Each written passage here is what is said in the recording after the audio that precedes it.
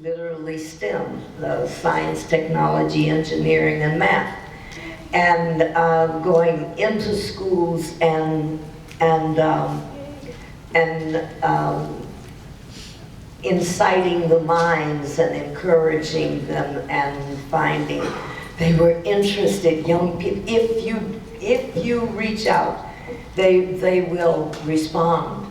If you don't, and that's why it's so important that parents and friends and neighbors and whomever reach out to young people. You can do it.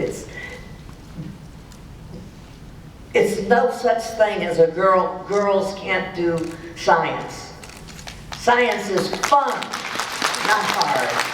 It's not a boy thing. He said, well, we want this to be an integrated. I said, I'm not going after one. If you're serious, I'm going to bring you so many qualified people. I'm going to bring you people with PhDs and advanced degrees. I'm going to bring you so many you won't even be able to talk about one.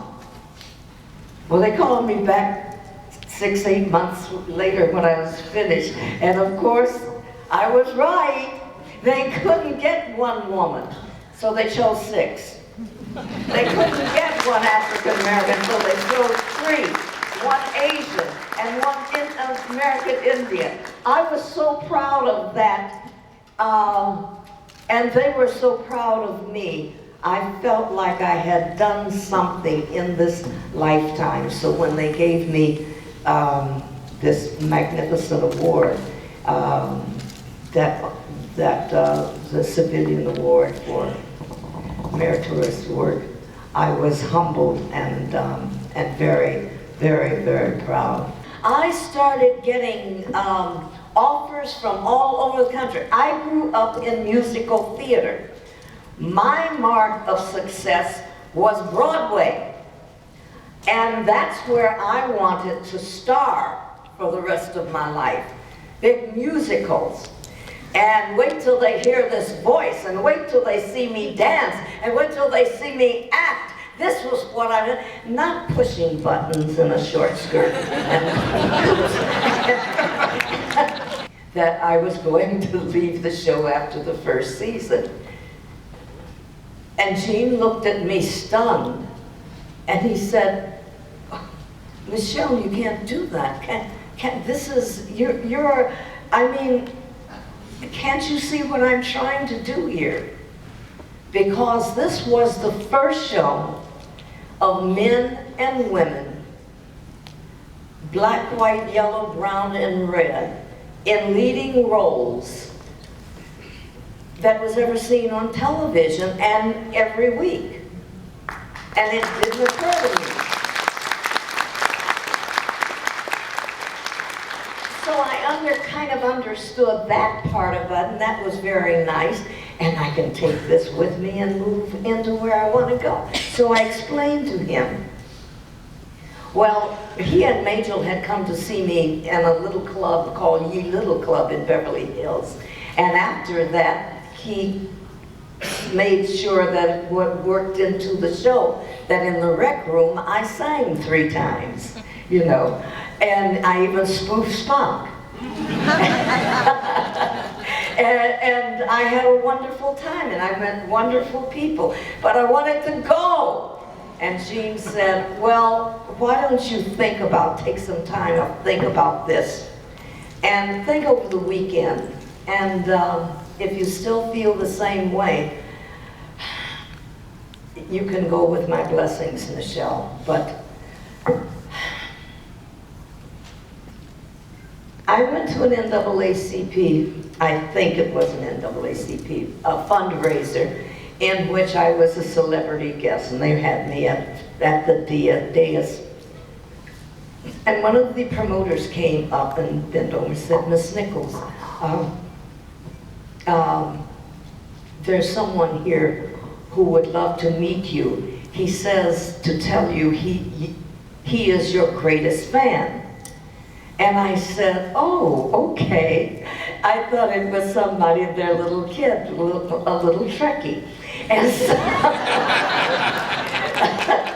and so I turned in my seat, and before I could get up, I looked across the room, and coming at me is this beautiful brown face with a smile, radiant, and then it was Dr. Martin Luther King.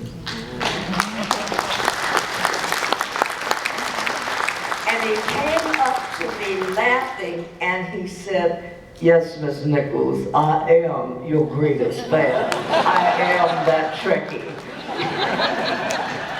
And he told me wondrous things about the role that I was playing and so forth. And I said, "Thank you, Dr. Martin Luther King.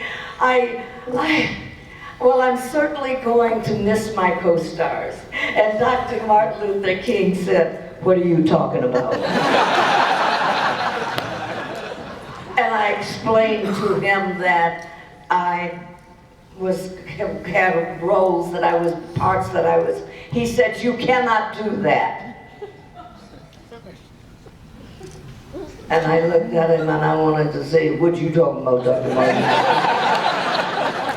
But that little boy hadn't said it yet, but I felt like... And are we good? Did I do something? Boom. Communications officer. Chief communications officer. On a starship in the 23rd century, he says to me, "You cannot leave. Do you know you have changed the face of television forever? You cannot abdicate. You do not have a black role. You do not have a female role. For the first time, people see us as we should be seen, as equals, as people of beauty and intelligence, and not just tap dancers or singers. You cannot, or servants, you cannot leave. We need you. You must grow here." And he went on. "This is the first show that my wife Coretta and I will allow our little children to stay up late and watch. You are their hero. You are their hero because for the first time they see themselves on television, aside from hoses and dogs being, they were marching. Every night you could turn on the television and see yourself fighting to sit at a counter without going around to the back door.